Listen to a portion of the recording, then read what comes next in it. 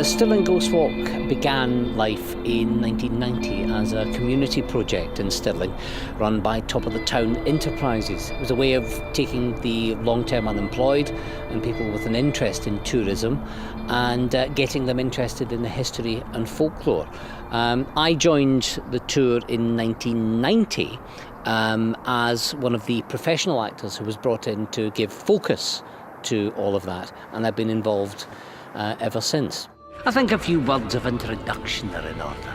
My name is Rankin, Master Jock Rankin to scruff like yourselves. And for more than 20 years it was my privilege, and dare I say, my most particular pleasure, to serve the citizens of this stinking, sinful town as its last official full-time torturer and hangman. We have many characters on the GhostWalk. Some of them are born of myth and legend.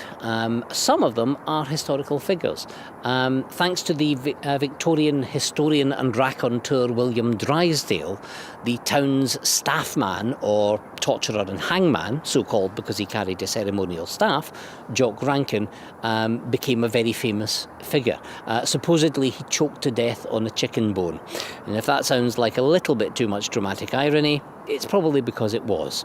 He was actually run out of town for being drunk on duty, and because his wife was known to have stolen property from the cellars of their neighbours. But he's such a powerful character, a comic grotesque, that he's endured to this very day. It's one of those towns where every stone has a tale to tell, and half of those tales, usefully for me, are ghost stories. With John Cowan's Hospital, for example, there's the story of the ghost of the merchant John Cowan, who inhabits his statue. Each Hogmanay leaps from the plinth and dances through the streets looking for female company. He's called Auld Steenie Breeks. I think you can possibly imagine why.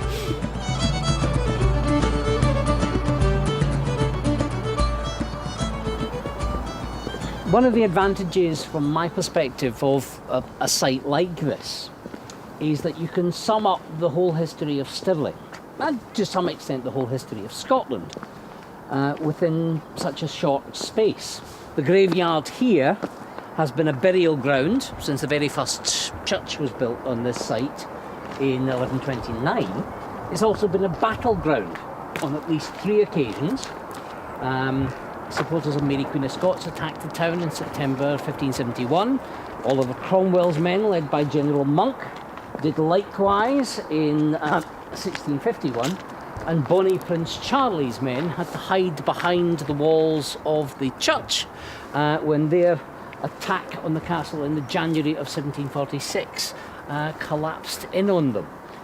The graveyard itself tells you a great deal. The markings on the stones show the trades guilds, the signs of mortality, divinity, civility, the tools of people's trade. Most of the old stones here don't carry names because who you were didn't matter. What you were mattered.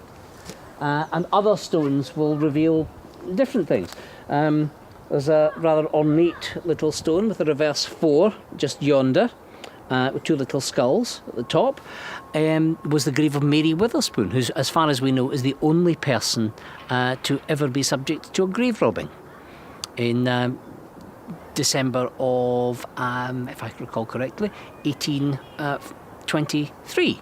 And the stone just past it, with a rather ornate circle, a snake swallowing its tail, the Ouroboros, as the Greeks called that, is a service stone. Raised in the 1630s. It's the oldest stone we can put a name to, and it's pockmarked, as you can see. Very deep indentations of musket shot and cannon fire. You'll see the same on the church, on the middle section of the tower yonder. So it sums up the history of the town. It sums up many of the tales, and because of that, a lot of them were colourful characters from different historical periods find a good location, a good illustrative marker for their tales. Now, Again, one of the delights of the Ghost Walk is we're able to use not just traditional ghost stories, but much older myths and legends. This little figure here, you'll find him in many graveyards and older church decorations. It's the Green Man, the Vodvosa, the Celtic version of the god Odin, who, according to tradition, on the winter solstice crucifies himself on Yggdrasil, the world tree, so that his blood is absorbed through the roots and gives life after 12 days of eating, drinking and fornication in his honour to the green of spring.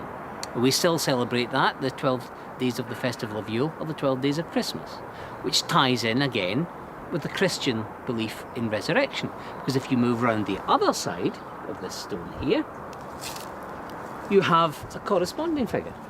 Again, it's the angel of the resurrection. Old gods never die, they just change their names. Ultimately on the Ghost Walk, we're not trying to prove anything. If people come on the show with a belief in ghosts or the supernatural, that's fine. Hopefully there'll be something there to entertain them. If they're there simply for a good night out, for a laugh, for a little fright, likewise. Ultimately though, there's one thing you can guarantee.